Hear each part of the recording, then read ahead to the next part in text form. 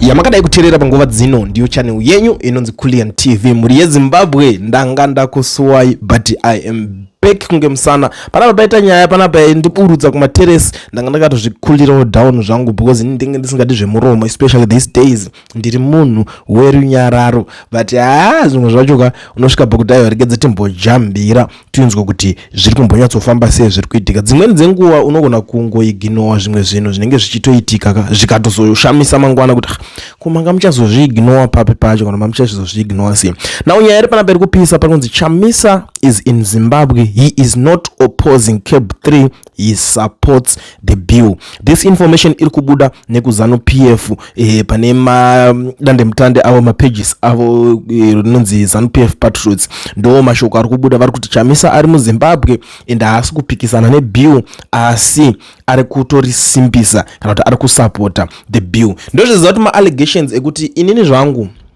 dai kuti ndiri a politician ukatondipa ma-allegations iwayo unondiguta unofana kutondiprova ende ndinoona kuti kukudza kuti zvakuda kutoti watoita ma-damages inenge itori defamation kwandiri but chakuzotinetsa ndechekuti why is he quiet panobuda ma-allegations akaita se because there are certain things zokuti hazvisi zvekuignore ukaignora zvimwe zvinhu zvichitaurwa nditi vanhu vanotanga unokuchifollowa navanhu vakasiyana siyana vanotanga kufungidzira kuti pamwe mufesi uyu kwauyu zvinhu zvekutaurwa izvi maybe he is in it maybe ari kuwirirana nezvinhu zviri kutaurwa kai why ari kuramba akanyarara why asiri kupikisa zvacho because vanhu vanozotanga kuzorova mastudies avo iwo uri munhu weopposition. For example unokwanisira kuuya kunoku iwo wotaura zvakadaro zvinhu zvakadhakwa ngatitore situation iri kuitika kuZimbabwe toicompare iri kuitika muSouth Africa munomu tocompare tobva tati pane here munhu anokwanisa kuzviita izvo achiudza kune munhu akaita samalema uya zvinopera sei handi mukuona zviri kudzoka zvonetsera nyaya dzacho but nyaya idzi dzikaidzi after everything zviri kutaurwa mataurikirwo azviri kuita ndiri kuzoonawo kuti panapa vanhu vanopopota vanhu vanopopota kana mazogara pane zviri kutaurika panapa especially in this comment section vanhu vari kujamuka vari kudya gaka vari kuti if he support you why then do attack left right and center wasting money paying Mawarire Hopwero and others to fight him because you are talking rubbish same like your father arikunzi like your father parikutaurwa nigirikini baba kubana pakashata right. That's why you moved fast to kill off the real opposition. I'm talking of generals we bury each week. I'm talking of Blessed Geza. I'm talking of Kudzai Sarwaka.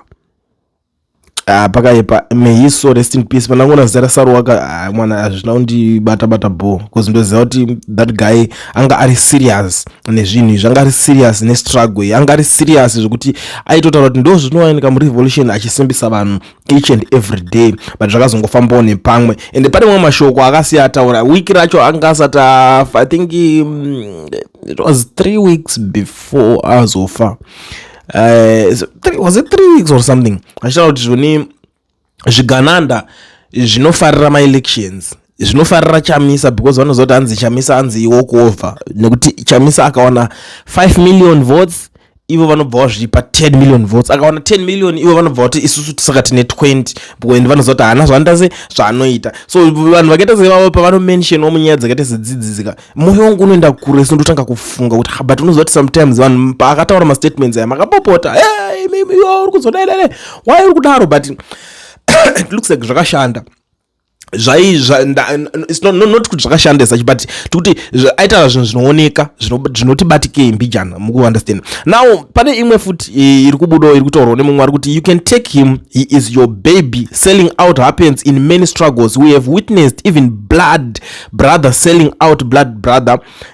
Chamisa being mom or supporting CAB3 doesn't mean many struggling masses will endorse it.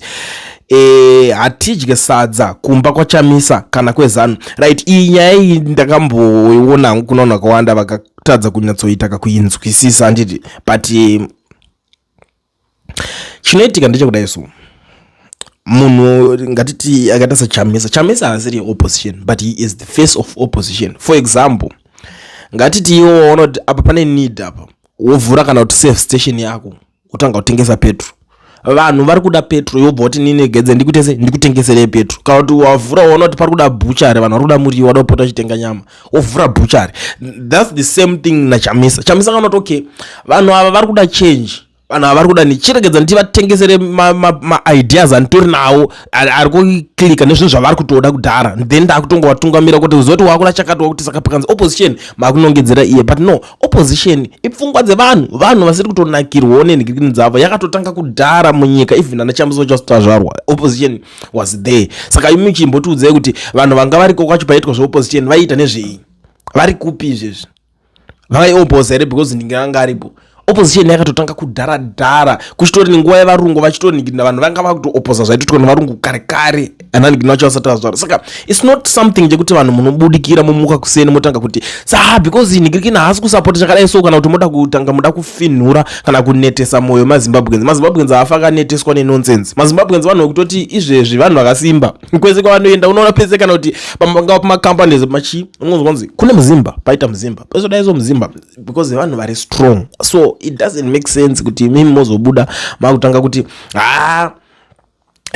mazimba zvinozodai so this that mutanga muda kufinhura kana kunetesa mwoyo wevanhu. Hamufe makazviita izvozvo. Endai UK kumuone ariko meya muzimba akapinda atori meya, but kubritain wakwanisa kutosvika utokwana kudaro. Zvinongoreva kuti mazimba vasi vanhu vari cheap and it doesn't mean kuti izvezvi zvinhu zvakangonyarara zvakadai so apakwanise kusumuka umwe munhu anosumuka achitanga kutanga chinhu chinonzi opposition. Azvidaroba, kunotowana hwana anogona kuzongosumuka but inguva chete yekuti inenge isati yakwana. That's why ukuona kuti izvezvi vakutofaitira kuti vachitobvisa kana chinhu chinonzi election chacho zvamuchose ndozvavakuda kurwira kuti ngatingosiyana nazvo zvemaelection because they know kuti okay tikada kuita zvekutamba panapa kati chingoti election kunenge kuchimuka mamwe macharacter zvozopedzera zvadhakwa panomuka mamwe unongozviziva kuti vanhu vanomuka like izvezvi. So ndiana izviziva kuti Zimbabwe yacho ichazenge yakutongwana naMnangagwa. Kumashure uko vanhu vaitone vanhu vaitotarisira kuti kunotopinda ningi ukatasa pa line up unoti Mnangagwa angatori kure pa line up revanhu vekutoti vanga vane potential yekuti vaifana kunga chipinda ende vachitotariswa. Saka izvezvi munogona kuona kuti alright kwakapinda ningi tsvangira yakapinda karwa kwake akapedza zvake zvakatoita. But uyu auyawo akaitawo zvakewo zvakakwanisawo pamwe munguva yake yatodarika. You never know. It doesn't make sense kuti muzobudikire munhu weZanupf utanga kuti because haradingira kudai so. These days vakaona vakanotisa kuti okay timu racho rana Chamisa kuti havasi kupindura, vakangonzwawo nyaya dzinoningina vanoramba vakanyarara. Mareasons ndo anowaziva kuti why vasingapindure kune nyaya dzakaita sedzidzo, why vasingapindure kune ma-allegations akaita seiwaya. But muri Zimbabwe indangoya kuti ndingokusembesa ndichikuudzai kuti zvimwe zvacho musanyanyise kubvuma kunyeberwa nevanhu ivava vanonyeba zvakafanana nekuteerera manyepo. Wangofanira ukamboona, have you ever noticed kuti alright for example kuna vanhu vanoenda kuchechi vanozviunderstanda zvinhu zvandikutaura izvi.